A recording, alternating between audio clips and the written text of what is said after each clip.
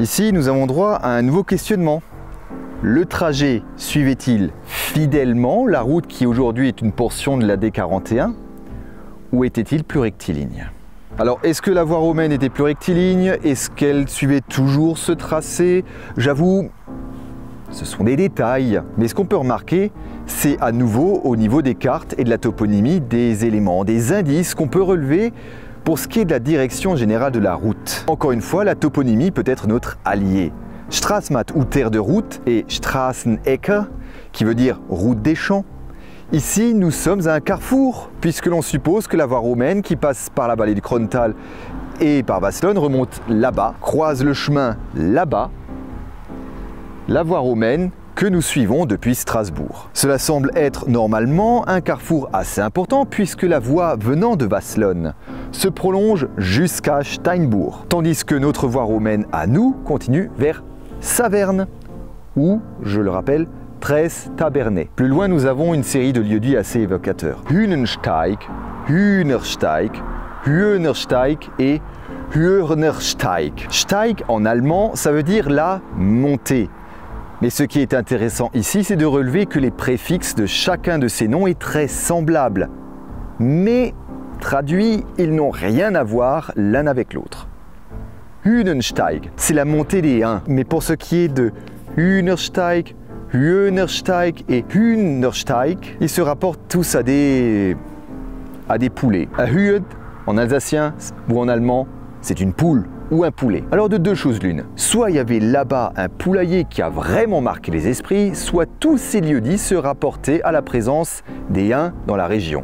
Que ce soit maintenant les Huns d'Attila ou les raids des Hongrois au Xe siècle, voire même au passage des Suédois lors de la guerre de 30 ans, et que par la suite, les noms furent grammaticalement déformés jusqu'à ce que phonétiquement, entre Hühnen et Hühen, c'est presque pareil, mais ça ne représente vraiment pas la même chose. Si ce serait bien la montée des Huns, qui serait le sens premier, ça confirmerait encore une fois l'importance du lieu comme étant un carrefour stratégique entre deux routes importantes. Ce que confirmerait la carte Cassini du XVIIIe siècle. Encore une fois sur la ligne de crête, si on se réfère aux photographies aériennes, il semble se dessiner un chemin bien plus rectiligne qui suit même parfois le découpage administratif. En plus, on a peut-être même une levée de terre à ces endroits et la ligne de crête de la colline coupe cette levée de terre pile à l'endroit de la route. Après, ce ne sont que des constatations de surface. Je ne vais pas m'aventurer à affirmer détenir la vérité ultime sur le tracé de la voie romaine. J'en profite d'ailleurs pour faire un petit point sur la toponymie. Cet indice seul n'est pas d'une fiabilité absolue. Avec le temps, les noms changent, se déforment. Une lettre change et le sens change, comme nous venons le voir avec cette montée des Huns. Ensuite, qu'est-ce qu'une Holtstrasse? Une vieille route. La route construite au XVIIIe siècle contournant la colline du Korsberg est déjà qualifiée de Holtstrasse dans les villages voisins. Et dans ce cas, n'importe quelle route datant d'au moins 100 voire 200 ans est une Holtstrasse, une vieille route. Bref, la toponymie seule n'est pas un indice fiable.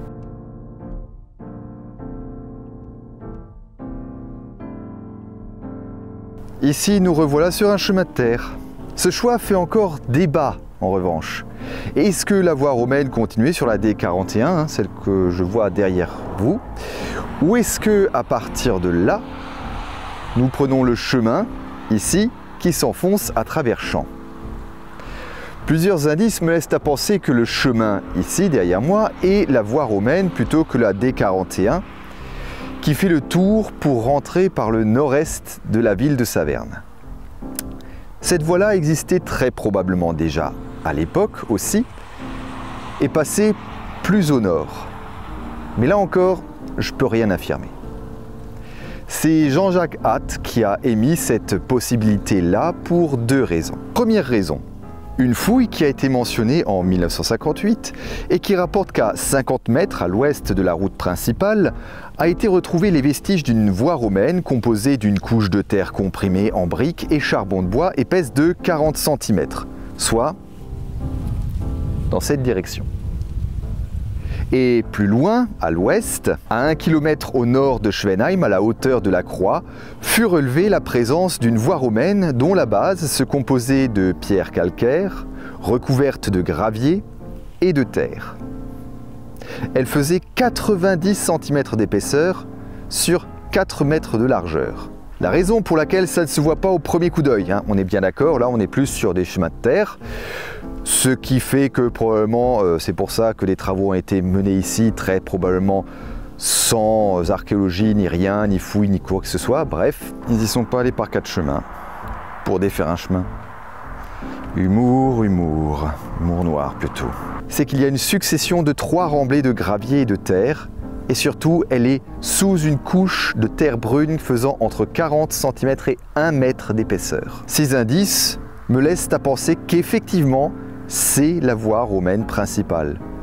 D'autant plus que plus loin, sur les bords de la rivière Moselle, on trouve 2 lieux-dits du nom Kaiserstraße, ou voie impériale, ou voie de l'Empire, ou voie de l'Empereur. Oui, la traduction peut être différente. Mais bon, je pense qu'on peut difficilement faire mieux pour identifier une voie de l'Empire romain ayant une certaine importance. Un autre indice, c'est que les limites communales entre Schwenheim, Fürschhausen, Saverne et Otterswiller suivent ce même chemin.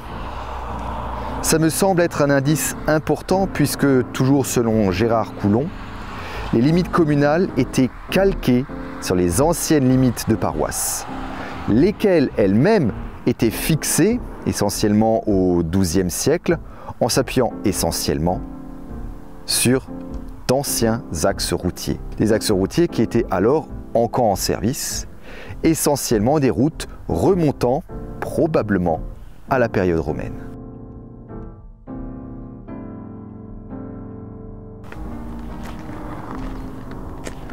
On n'est plus très loin. On avance bien là. Alors, je viens de me rendre compte que depuis le début, je ne vous ai pas parlé du sujet principal. Une voie romaine, c'est quoi? Et étant de faire un petit point sur le sujet et de dégager quelques idées reçues. Depuis Kuttolsheim, vous aurez remarqué que je me suis engagé sur pas mal de chemins de terre. Ce qui semble ne pas correspondre à l'idée qu'on peut se faire d'une voie romaine d'importance. Après tout, c'est vrai, quand on dit voie romaine, il y a quand même pas mal d'images qui nous viennent en tête. Alors, des voies droites sur des kilomètres, des dallages impeccables, des ponts en pierre, etc. Au risque de vous surprendre, les revêtements de voies romaines dallées ou pavées ne se trouvent que dans les villes, ou à la rigueur, dans les alentours des villes. Et il faut se rendre compte que ce sont des revêtements qui coûtent cher à installer et à entretenir. En fait, la majorité des voies romaines étaient revêtues que de gravier, de galets, de scories, de terre battue ou tout simplement empierrées. Et pour ceux qui, comme moi au début d'ailleurs, se demandent ce que ce sont ces scories dont je viens de vous parler, il s'agit selon le contexte soit de roches volcaniques, soit de déchets issus de la métallurgie. Ici, alors, même si les Romains avaient exploité les carrières de roches du vieux volcan du Kaiserstuhl, on parlerait plutôt des restes de roches vides de leurs minerais et réutilisés comme revêtements pour route. Rendez-vous compte, la seule voie romaine de tout l'Empire romain qui fut dallée tout le long de son parcours, c'est la Via Appia qui reliait Rome à la Calabre. C'est forcément l'exemple que l'on retient, alors qu'en fait c'est une exception. En Alsace, presque toutes les routes romaines repérées sont formées d'un empilement de gravier et de sable sur 4 à 7 mètres de largeur. En ce qui concerne notre voie romaine ici, sa largeur était d'ailleurs variable. À la sortie du Vicus de Königshofen, elle semblait être large de 10 mètres selon les estimations des archéologues. Selon Antoine Heng, sur l'ensemble du tracé, elle fait soit 4 mètres 50 de large, ce qui correspond à ce qui fut mesuré ici du côté de Schwenheim. Mais en 1970, on a relevé que la voie ne faisait que 2,50 mètres du côté de Winsenheim-Korsberg, même si pour cette dernière info, je serais d'avis de retourner mesurer. À voir. Aussi, j'ai oublié de vous préciser, il y a plusieurs types de voies romaines, histoire de complexifier encore la chose. Il y a les viae publicae, qui sont les voies les plus importantes, construites par l'État romain, et que l'on appelle aussi voies prétoriennes ou consulaires. La voie que nous suivons depuis Strasbourg est censée en être une. Elle reliait Metz à Strasbourg et une autre passait par l'Alsace. Elle partait de Milan, en Italie, longeait le Rhin et aboutissait à Cologne. Puis vient un deuxième type de voie romaine, les via vicinalae, des voies secondaires qui desserviraient les capitales et les différentes cités.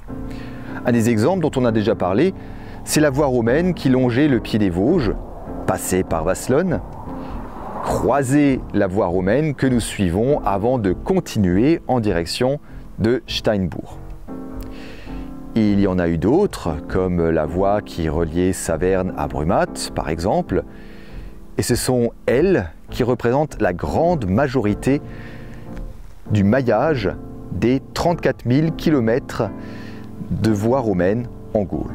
Enfin, et pour finir, nous avons les via privatae, des voies privées qui sont des routes construites pour desservir des propriétés rurales par des propriétaires qui, en principe, s'en réservent l'usage. Et puis, dernier détail par rapport aux voies romaines, comme nous l'avons dit depuis le départ, le tracé de la voie romaine est en principe rectiligne, ça va tout droit.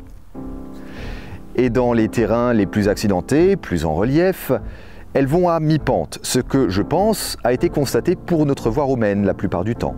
Elles sont jalonnées par des bornes militaires qui indiquent les distances principales, mais aussi les circonstances de la construction de la voie et de la réfection de la voie, lorsque la voie a besoin effectivement d'être restaurée. Bon, nous ne sommes plus très loin de Saverne. Quelques étapes encore et nous y sommes.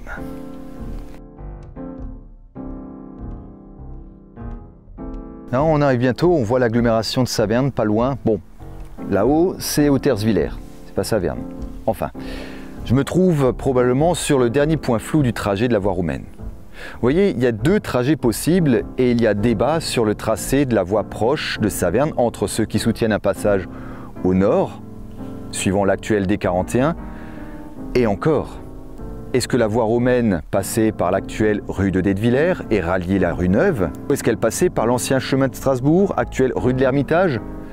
Là encore, il y a débat. Alors moi, je suis la solution préconisée par Jean-Jacques Hatt en son temps, celui du chemin de la Kaiserstrasse dont on retrouve le nom de part et d'autre des rives de la Moselle.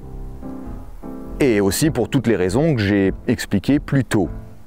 Mais je me retrouve face à un petit problème. Il est où le pont ?